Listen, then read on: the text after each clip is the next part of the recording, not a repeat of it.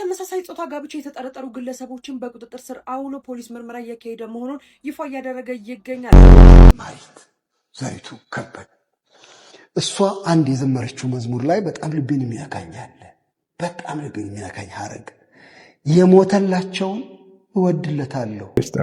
አችና መሪ መሆኔ እኔ እንደበለጸገበት ቆንጆ መኪና እንደነዳበት ኮሬ ተቀምጧል። there's nothing wrong ቆንጆ መኪና በመንዳት በጣም ቆንጆ መኪና ነው የምነዳው እኔ ግን በቤተክርስቲያን ገንዘብ አይደል። የሚገኙት ሁለቱ ድንጋዮች በቅዱሳን ዓለምን ብለው ድንጋይ የሆኑ ናቸው። እጅግ በጣም የሚያስገርም እጅግ በጣም የሚያስደንቅ ነው።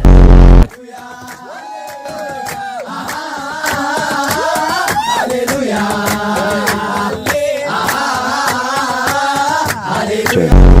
ቻችን ናቸው በደጅ ያሉት የዘላለም እረፍት እውነተኛ ሴኩሪቲ ለዘላለም ዋስትናችን ክርስቶስ ኢየሱስ ብቻ ነው። ጸለየበት ዘይት አዲስ ውዝግብ መጥቶበታል። ነቢያት ህዝቡን እያስጨነቁት ነው። እኔ ያልኩልህ ካልሆነ የተናገርኩት ደግሞ ካልተቀበል የጸለይኩልሽ ብሩ ገባ። እግዚአብሔር ምስክሬ ነው። ላንቺም 24 ሰዓት ባልሞላ ጊዜ ውስጥ ነው ዶላር የተላከልሽ በ8 ሰዓት ውስጥ ከራካሪዎች ወደቁ። አሜን። አንተ የታመንከው በአምላክ ስም ነው። ትምክህት ያረከው በአምላክ ስም ነው። ስለዚህ ከሚያልፍበት ከነበረ ጥይት እኔ ተባራሪ ጥይት አለው። ልክ የጦር መሪ ነበር። ሰላም የሕያው ቃል ሚዲያ ተከታታዮች እንደምናላችሁ በእያላችሁበት የጌታ ጸጋ ከሁላችሁ ጋር ይሁን። ወንድማችሁ ዮናስ በድሉ ነኝ። እንደተለመደው በአዳዲስና በአጫጭር በአስተማሪ ቪዲዮዎች መጥቻለሁ። ለዚህ ቻናል አዲስ የሆናችሁ ሰብስክራይብ፣ ሼር በማድረግ እንዲሁም ደግሞ ይህንን ቪዲዮ ላይክ በማድረግ ቤተሰብ እንድትሆኑ በጌታ ፍቅር ጠይቃለሁ። እስከ ፕሮግራሜ ፍጻሜ ድረስ አብራችሁን ቆዩ። መልካም ቆይታ። በተመሳሳይ ጾታ ጋብቻ የተጠረጠሩ ግለሰቦችን በቁጥጥር ስር አውሎ ፖሊስ ምርመራ እያካሄደ መሆኑን ይፋ እያደረገ ይገኛል። በቤንሻንጉል ጉሙዝ በአምባሲ ከተማ ውስጥ በጸሎት እንዲሁም ደግሞ ታደለ የተባሉ ግለሰቦች ከማህበረሰቡ ሃይማኖት፣ ባህል እንዲሁም ደግሞ ወግ ያፈነገጠ ጋብቻ ፈጽመዋል በሚል ከማህበረሰቡ በቀረበባቸው ቅሬታ መሰረት ማለት ነው ፖሊስ ግለሰቦችን በቁጥጥር ስር አውሎ በዚህ ሰዓት የእምነት ቃላቸውን መቀበሉን ይፋ ያደረገ ሲሆን ምርመራውን አጠናቆ ለህዝብ ይፋ እንደሚያደርግም ጭምር እየገለጸ ይገኛል። ፖሊስም እንግዲህ በእነዚህ ግለሰቦች ላይ ጥልቅ የሆነ ምርመራ እንዳካሄድ ጭምር ከማህበረሰቡ ጥያቄ እየቀረበ ይገኛል። በምስሉ ላይ የምትመለከቷቸው ግለሰቦችም እንግዲህ ከማህበረሰቡ በቀረበባቸው ጥቆማ እንዲሁም ደግሞ ከማህበረሰቡ ባህል እንዲሁም ደግሞ ወግና ሃይማኖት እንዲሁም የተከለከለ ማለት ነው የተመሳሳይ ጾታ ጋብቻ ፈጽመዋል በሚል ነው ቅሬታ እየቀረበባቸው። እናንተ ስትመለከቷቸው እንዴት አያችሁት? እስኪ ሀሳባችሁን ኮሜንት ላይ አጋሩኝ። ፖሊስ ግን ምርመራውን ሲያጠናቅቅ ለህዝብ ይፋ እንደሚያደርግ የገለጸ ሲሆንም ተከታታይ ማጋራችሁ ይሆናል። የፕላስ ምልክቷን ተጭናችሁ አዳዲስና ፈጣን መረጃዎችን ከኔ ማግኘት ትችላላችሁ። መልካም ቆይታ ይሆንላችሁ። እሺ እንግዲህ ይሄ በሽታ ያው ውስጡን በከፍተኛ ሁኔታ እየተሰራጨ እንደሆነ የታወቀ ነውና ነገር ግን ደግሞ እንደዚህ አይነት ነገሮችን አጋልጣችሁ ወደ ሚዲያ ስታመጡ አንዳንድ ጊዜ እናንተንም አላስፈላጊ ዋጋ ያስከፍላችኋልና ስለዚህ መፍትሄው ምንድነው? ለህዝባችን ለምድራችን መጸለይ ነው። ሁለተኛ ደግሞ ለልጆቻችን የእግዚአብሔርን ቃል በማስተማር እግዚአብሔር የሚወደውንና እግዚአብሔር የሚጠላውን ነገር እንዲያውቁ አድርገን በእግዚአብሔር ቃል ተሞልተው እንዲያድጉ ማድረግ ያስፈልጋል። ከዚህ ክፉ በሽታ ከዚህ አጋንንታዊ እስራት ነፃ እንዲወጡ እንጂ በውጭው ዓለም በከፍተኛ ሁኔታ እንግዲህ ልጆቻቸውን እንኳን ከእንደዚህ አይነት ነገር መከልከልና ጽዩፍ እንደሆነ መጽሐፍ ቅዱስ እንደማያስተምር እንደዚህ አይነት ነገሮች ነውር እንደሆኑ ስታስተምሩ እንኳን በህግ የምትጠየቁበት ደረጃ ላይ ተደርሷል አይደለ? ስለዚህ ኢትዮጵያ ላይ ያ ነገ እንዳይሆን ዛሬ ልንጸልይ ያስፈልጋል። እግዚአብሔር እንዲረዳን ሁላችንም በዚህ ጉዳይ ጸሎት ልናደርግ ያስፈልጋል። ዘማሪት ዘሪቱ ከበደ እሷ አንድ የዘመረችው መዝሙር ላይ በጣም ልቤን የሚያካኛል። በጣም ልቤን የሚያካኝ ሐረግ የሞተላቸውን እወድለታለሁ። ይሄን ሰምታችሁታል? የሞተላቸውን እወድለታለሁ። እንድንወድለት ነው የሞተው። በእኛ በኩል ፍቅሩን ያስተላልፋል ለዓለሙ ሁሉ። እኔ የፍቅር አሸንዳ እንደሆን ፈልጓል ጌታ። ፍቅሩን አላመነጨውም፣ ምንጩ እሱ ነው። አሸንዳውን ግን እደቅናለሁ በእኔ በኩል ፍቅር እንዲፈስ። ለተጨነቁ ለተርበተበቱ ብሞት ይሻለኛል ለሚሉ በጣም ብዙ ሰዎች፣ ግራ ገብቶኛል ለሚሉ የሚወደኝ አለ ወይ ብሎ ለሚያዝን ትንሽ ልጅ ሄጄ ቅፍ እንዳደረኩ ምን እንደምላችሁ አላውቅም። ሰው አቅፋችሁ ታውቃላችሁ? ጭርንቁስ የለበሰ ሰው፣ ያዘነ የተከዘ አንገት የደፋ ሰው ሄዳችሁ ቅፍ አድርጋችሁ የጌታ ፍቅር አለ፣ እኔ ራሴ አንተን ወድሃለሁ፣ የማለት ድፍረት አላችሁ ወይስ ትጠነቀቃላችሁ እንዳትነካኩ? ኢየሱስ ክርስቶስ እንዳይቆሽሽ ቢፈልግ ሰማይ ሆኖ እየታዘበን ሃይ ልጆች ወዳቸዋለሁ ባለ ነበር። አይ እንደሱ አላረገ። ወረደ ወረደ ወረደ ወረደ ወረደ ወረደ ስጋ ሆነ ስጋ ሆነ። አቀፈን፣ መሬት ወርዶ አቀፈን፣ እግር አጠበ። ደንግጠዋል ደቀ መዛሙርት እግር ሲያጥብ ድንግጣል። አንተ የኔን እግር ቆሻሻዬን? አዎ ፍቅሩን ያፍስባችሁ። ሌላ ምለው የለኝም። ኢየሱስ ክርስቶስ ራሱን አሳልፎ ለእኛ እንደሰጠ እኛም ለወንድሞቻችን ራሳችንን አሳልፈን ልንሰጥ ይገባል። ባለፈው እሑድ ከሙሉ ወንጌሎቹ ጋር ይሄን ስነጋገር ነበር። በጣም ልቤን እየነካኝ እንዴት እንደዚህ ይደፍራል ዮሐንስ? እሱ ሞተ፣ እሺ አሳልፎ ሰጠ ራሱን። እኔን በሱ ልክ ማድረጉ ነው እንዴ? ለወንድሞች ነፍስን አሳልፈ እንዴት ይለኛል? ጸጉሩን እያሻ አይደለም የሚናገረው፣ ቀጥ ብሎ ነው ዮሐንስ የሚናገረው። ታዲያ ሌላ ምን ኑሮ አለ? ይኸው እኮ ነው። የኢየሱስ ተከታይ አይደለህም ወይ? ውደድ እንጂ። ነፍሴን ልስጥ? እስቲ መጀመሪያ ኪስህን ዳብስ።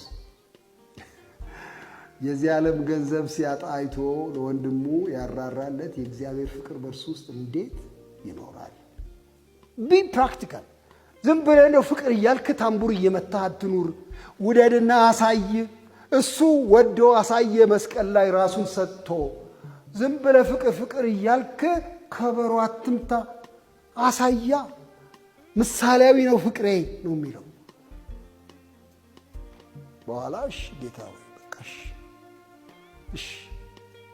ስለዚህ ተግባራዊ እንዲያውም ራሱ ይናገራል።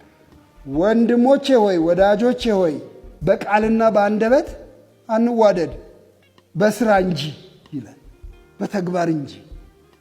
ቃልና አንደበት ብቻ አይሁን ይላል። እንግዲህ የክርስቶስ ፍቅር ተግባራዊ ፍቅር ነው። እግዚአብሔር ይባረክ። ምሳሌውን እንድንከተለው እንድንወድ ነው የወደደን። በላያችን ላይ ፍቅር የከነበለው ዓለሙ ውስጥ የፍቅር እጦት እንዳለ ስለሚያውቅ ነው። በእውነት አሁን በጣም እኮ ነው የሚገርመኝ። ለምን እግዚአብሔር መጥቶ ፈሰስ አያረግም ፍቅር በሰው ላይ?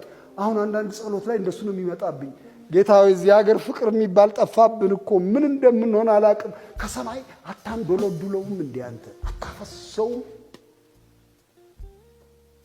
በእኔ በኩል እንዲፈስ በእናንተ በኩል እንዲፈስ ፈልጓል። ውደዱለት። ተስፋ አለው ያልኩኝ እንግዲህ አንድ ጥቅስ ሮሜ 5 ላይ ያለ ጥቅስ የእግዚአብሔር ፍቅር በመንፈስ ቅዱስ በልባችን ስለፈሰሰ የሚል አረጋለ። ኦ ጌታ ሆይ አፍሳሽ መንፈስ ቅዱስ፣ ፍቅር አፍሳሽ መንፈስ አለ። ለካኔ ያልጠነስሰውም ጓዳዬ አልጠምቀውም ይሄንን ፍቅር። እኔ ለራሴ ስስታም ነኝ፣ ራሴንም ወድጄ አልጠገብኩም ገና። እኔ አልጠምቀውም ይሄን ፍቅር። ታዲያ ከየት ይመጣል? ከሰማይ ከመንፈስ ቅዱስ በላዬ ላይ። እግዚአብሔር የተመሰገነ ይሁን። መንፈስ ቅዱስ፣ ለመንፈስ ቅዱስ ብዙ ነው የምናወራው ታውቃላችሁ። አብዛኛውን ጊዜ ስለ መንፈስ ቅዱስ የሚነገር በየቤተ ክርስቲያኑ የሰማሁት የኃይል መንፈስ እንደሆነ ነው። እውነት አይደለም? ድውያንን የሚፈውስ መንፈስ፣ አጋንንትን የሚያስወጣ መንፈስ፣ ተአምር የሚሰራ መንፈስ፣ ግን የፍቅር መንፈስም ነው። የኃይል መንፈስ፣ የፍቅር መንፈስ፣ ራስን የመግዛት መንፈስ ነው። መንፈስ ቅዱስ በእሱ አማካኝነት በልባችን ይፈሳል። ስለዚህ ምንድን ነው የምንለምነው? አፍስስብኝ እባክህ ይህን ፍቅር አፍስስ። ከሰማይ አፍስስብኝ። ከየትም አላገኘው። ከመንግስት አይገኝ፣ ከሹማምንት አይገኝ፣ በገንዘብ አይገዛ፣ በትብብር አናፈልቀው፣ ቆፍረናን በቃ ከየትም አይገኝም። ከአንተ ይፍሰስ ፍቅር። ሰው እንድወድ አድርገኝ እባክህ። ክብር ለኢየሱስ ይሁን። አንድ አገልጋይ ምን አለ ሲናገር፣ ውጭ ወተን ኢየሱስ ይወድሃል ብለን ህዝቡን እንጠራውና ቸርች ደግሞ እንጠምደዋለን አለ። እውነት ለመናገር ወተንም ቢሆን ኢየሱስ ይወድሃል ከማለት ይልቅ እኛ ብንወደው ያን ሰው ኢየሱስ ምን ያህል እንደሚወደው ይረዳል። ምክንያቱም በተግባር ያልተገለጠ ፍቅር ለሰው ስለማይገባ ማለት ነው። ኢየሱስ ይወዳል ከማለት ይልቅ እኛ ወደነው እኛ እሱን የምንወድበትን ምክንያት ደግሞ እኛ በክርስቶስ ስለተወደድን በእግዚአብሔር ምን ያህል እንደተወደድን በማስረዳት ቢሆን ወንጌልን የምንሰብከው ለሰው ልጆች ፍቅርን በማሳየት ወንድማችን እንዳለው ኪሳችንን በመዳበስ ህይወታችንን በማካፈል ጭንቃቸውን በመካፈል ወንጌል ብንሰብክ ዛሬ ምድሪቷን ወርሰናት ነበር። እግዚአብሔር ይረዳናል። ወደፊትም ይህንን ማድረግ እንችላለን። ምክንያቱም ያን ማድረግ የምንችልበትን ፍቅር እግዚአብሔር በመንፈስ ቅዱስ በልባችን ስላፈሰሰ ማለት ነው። እግዚአብሔር ለሁላችንም ማስተዋል ይስጠን። መስራችና መሪ መሆኔ እኔ እንደበለጸግበት ቆንጆ መኪና እንድነዳበት ከሆነ የተጠቀምኩት there's nothing wrong ቆንጆ መኪና በመንዳት በጣም ቆንጆ መኪና ነው የምነዳው እኔ ግን በቤተክርስቲያን ገንዘብ አይደለም እኔ ኑሮ የምኖር ለቤተክርስቲያን እንዲያውም እሰጣለሁ። ብሌሲንግ ማለት ያለው ምን ዝም ማለችው not only that የቤተክርስቲያን ገንዘብ አይ ነው ብዙ ሰዎች እንደሚወግሩኝ ያውቃል because I believe church is not PLC የቤተክርስቲያን ገንዘብ እኔ በዛ ላይ ተሽሜ የማስተዳድረው እንጂ የግሌ እንዳልሆነ ቤተክርስቲያን ያላከችን ቦታ በክል ኪሴ ነው የምመጣው። ለቤተክርስቲያን ዓላማ ካልሄድኩኝ ወይ የጠሩኝ ሰዎች ወይ ራሴ ላይ የምከፍለው ይሄ is been like that more than 20 years ማወራው ነገር እንዲገባችሁ ስለፈለኩ እንዲህ አይነት ትምህርት ስለሌለ በስልጣን ላይ ያሉትም ከስርም ያሉ ሰዎች confused ሆናቸው። why do you do that ለምን ነው የምታደርጉ ካላችሁ እኔ ቤተክርስቲያን የገንዘብ ምንጭ አይደለችም የህይወት ምንጭ እንጂ መጽሐፉ ቅዱስ በእናንተ ላይ ምን እናደርግ አይደለንም ነው የምንሰለጥን አይደለንም ነው የሚለው መጽሐፉ ቅዱስ። አባቶች ነን አይ ነው እንደዚህ አይነት ነገር ከሰማችሁ እንደቆያችሁ አውቃለሁ ግን እውነቱ ይሄ ነው። ዋው በጣም የሚገርም ነው። መጽሐፍ ቅዱሳዊ መርህ ይሄ ነው። ወንድማችን ከተናገረው ደስ ያለ ንግግር ምንድነው? ቤተክርስቲያን ለኔ የገንዘብ ምንጭ ሳትሆን የህይወት ምንጭ ነች አለ ጌታ ኢየሱስ ክርስቶስ። አብዝቶ ይባርክ ወንድማችን። ይሄ ቪዲዮ የቆየ እንደሆነ አውቃለሁ። ነገር ግን አሁንም ቢሆን የኢትዮጵያ ቤተክርስቲያን መሪዎች ደጋግመው ሊሰሙትና ሊያስተውሉት የሚገባ ጉዳይ ነው። ምክንያቱም መጽሐፍ ቅዱሳችን እየሰራን በገዛ እጃችን እንድናገለግል ያበረታታናል። ቤተክርስቲያን ላይ ህዝብ ላይ ሸክም ሆነን ህዝብን በከንቱ ከምንበዘብዝ ይልቅ እንደ ሐዋርያው ጳውሎስ በገዛ እጁ እየሰራ ማንም ላይ ሸክም ላለመሆን የራሱንና በስሩ ያሉትን የአገልጋዮቹን ቀለብ እየቻለ ከጌታ አክሊል ለመቀበል ከልቡ ሲያገለግል እንደነበር ተመልክተናልና የአሁኖቹ ደግሞ በምእመኑ አናት ላይ ሆነው በቃ ህዝቡን እያስጨነቁ እየበዘበዙት የራሳቸውን ህይወት ያደላድላሉ፣ መኪና ይገዛሉ፣ ቤት ይገዛሉ፣ የተትረፈረፈ ህይወት ለመኖር ይሞክራሉ ማለት ነው። ይሄ ደግሞ ከእግዚአብሔር ጋር መጣላት ነው እና ወንድምናቶቼ በተቻለን መጠን በገዛ እጆቻችን ሰርተን የእግዚአብሔርን ቤተክርስቲያን በቅድስናና በንጽህና እንድናገለግል እኔ መልእክቴን አስተላልፋለሁ። ካጠገብ የሚገኙት ሁለቱ ድንጋዮች በቅዱሳን አላምን ብለው ድንጋይ የሆኑ ናቸው።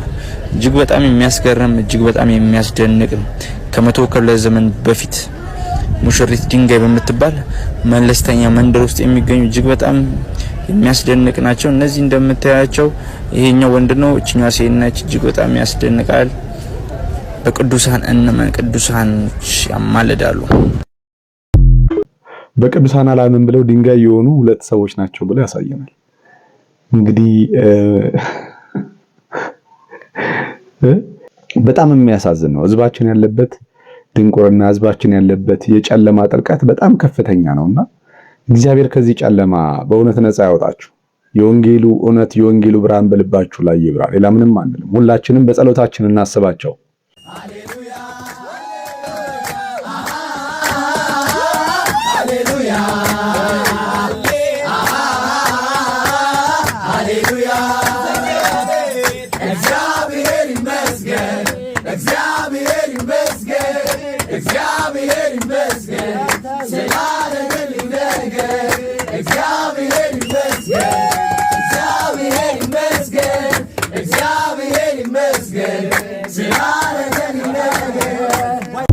ብዙዎቻችን ወደ ጌታ ከመምጣታችን በፊት ይሄ ነገር ትዝ የሚለን ይመስለኛል። እኔም በሰፈሬ ትዝ ይለኛል። እዛ ጭሮ አሰበ ተፈሪ ከተማ ላይ ያው እንግዲህ ዲያቆን ነኝ፣ አክራሪ ኦርቶዶክስ ነኝና ልንተኛ ስንል በቃ ጴንጤዎቹ ተነስተው ይጸልያሉ፣ ይጮሃሉ፣ ይዘምራሉ። በቃ ሌሊቱን ሙሉ ሲዘምሩ ነው የሚያድሩትና ትዝ ይለኛል። እውነት ነው። የድሮ አማኝ የድሮ ጴንጤ የተደረገለትን በማወቅ የጌታ ኢየሱስ ክርስቶስን አዳኝነትና የመስቀሉን ስራ በመረዳት ደስ እየተሰኘ ነበር ጌታን በየቤቱ የሚያመልከውና አሁን የልማድ የቀረ ይመስለናል።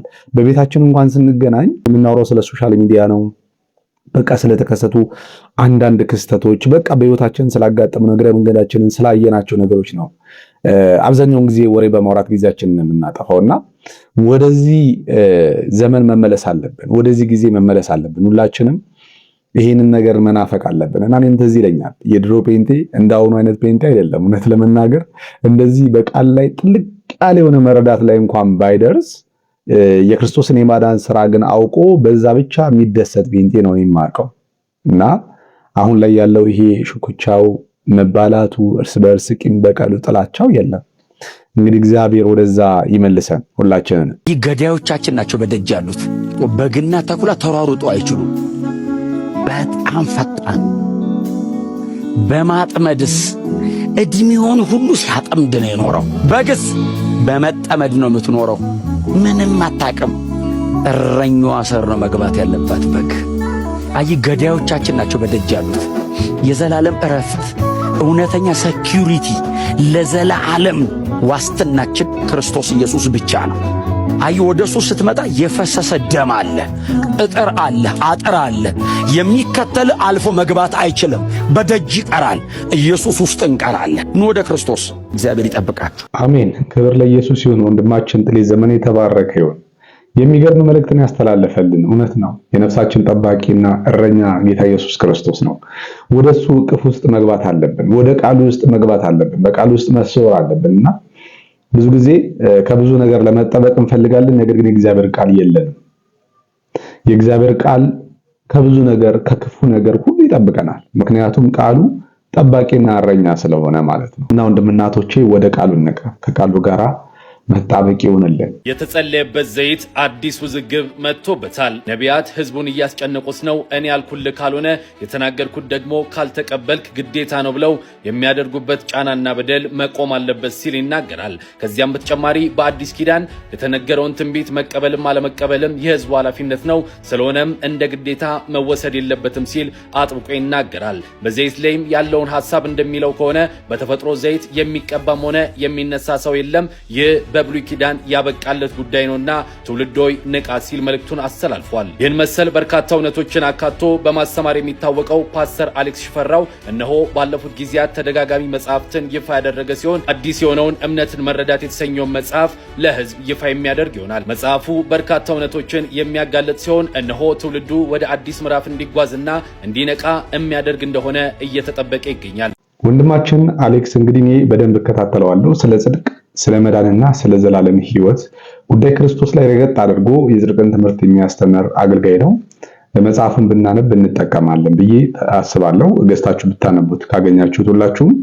አሁን እየጸለይኩልሽ ብሩ ገባ።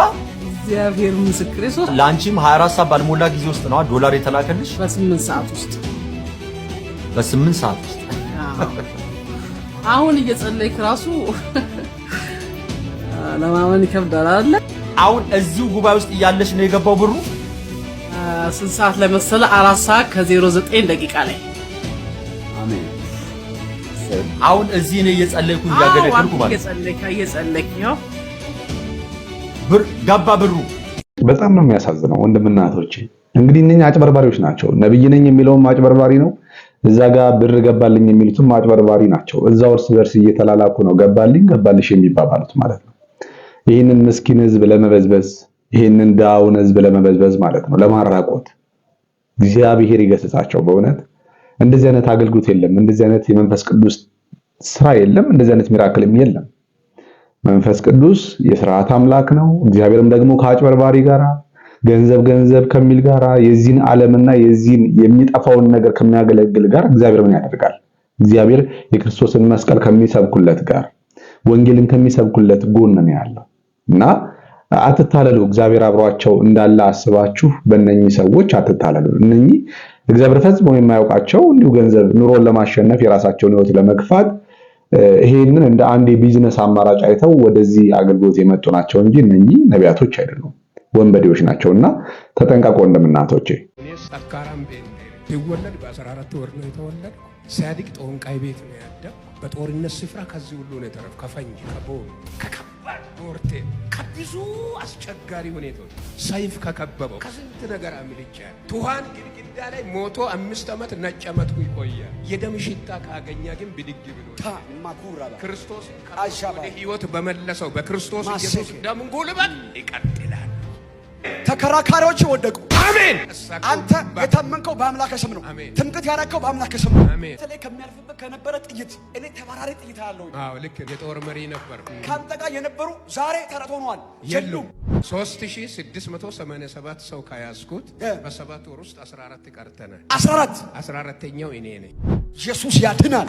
መኪና ራሱ እዛ ሶማሌ ድንበር ላይ ሄጄ ሲመጣ ተከስክሶ ተጨረማምቶ ከተማ ሙሉ ወጥቶ እኔን ነው ያወጣው። ስባሪው መስታወት እኔ ላይ አልወደቀም። ኢየሱስ ያድናል። በእርግጥ ሰይጣን ትሞታለህ ይላል። በአካል መጥቶብኝ ያውቃል፣ አናግሮኝ ያውቃል፣ በብዙ መልክ መጥቶ ያውቃል። ግን ከደሙ ጉልበት የተነሳ እንደው ለለቅሶ የተቃቀለው ንፍሮ እንኳን ባቄላ አሚልጦ ወጥቷል እንዳለ ጥሬ። ከደሙ የተነሳ ከየትኛውም ጉዳይ ማምለጥ ይችላል። አሩባ አንሆባ ጃሉሪያ ሰኩምባ በጠላቶች ላይ ሰይፍ ይሰካ። አሜን። አሩባ አንሆባ ጃሉሪያ ሰኩምባ ምን አለ አሩባ አቱምባ ሰኩምባ የሆነ ላይፍ የኖረት ይህ ሰው እንግዲህ ከዚህ በፊት ወንድማችን አቡና የሚሰራው ቪዲዮ ነበረ። እመኑኝ ከትንሽ ጊዜ በኋላ ሌሎች ቪዲዮዎችን ይዤላችሁ እመጣለሁ። የተለያዩ ነቢያት ጋር እየሄደ እንደዚህ አይነት ስራ እንደሚሰራ ተናግሮ ነበረ። እንግዲህ ሰሞኑን ከተለቀቁት 2 ቪዲዮዎች በተጨማሪ ደግሞ ይሄ ሌላ ቪዲዮ ነው ማለት ነው እና ስራ አድርጎታል ማለት ነው። በየነቢያቱ እየዞረ መመስከር፣ ዝም ብሎ እነኛ ነቢያቶች ማስተዋወቅ፣ ከነሱ ጋር እየተነጋገረ የሚሰራው ስራ እንዳለ ግልጽ ነው ማለት ነው እና እንደዚህ የተለመደ ነው። ከዚህ በፊትም አንዳንድ ሰዎችን አቅርበናል። እንደዚህ የተለያየ ነቢያቶች ጋር እየዞሩ በተለያየ ቦታ ላይ የመጣላቸው መልእክት በተለያየ ቦታ ላይ ሲመሰክሩ የሐሰት ምስክርነት ተመልክተናልና ይህም ሰው የሐሰት ምስክርነት ነው በየተለያየ ቦታ ላይ እየሄደ የሚመሰክረው ማለት ነው። ለምንድነው? ሰዎቹን በነብዩ እንዲያምኑ ለማድረግ ማለት ነውና አጋንንት በጣም እየተጠቀመበት ያለ ሰው ነው። እንደዚህ መጠቀሚያ ከመሆን እግዚአብሔር ይሰውረን። እውነት መጠቀሚያ ከሆነም የጌታ መጠቀሚያ ነው። ጌታ ይጠቀምብን። በቀረልን ዘመን እሱን አክብረን እሱን አንግሰን እሱን አገልግለን መሄድ ይሆንልን። እንግዲህ ለዛሬ ያዘጋጀሁላችሁ ቪዲዮ ይህንን ይመስላል። በሌላ ቪዲዮ እስክንገናኝ ድረስ በያላችሁበት የጌታ ጸጋ ከሁላችሁ ጋር ይሁን። ሰላም ነው።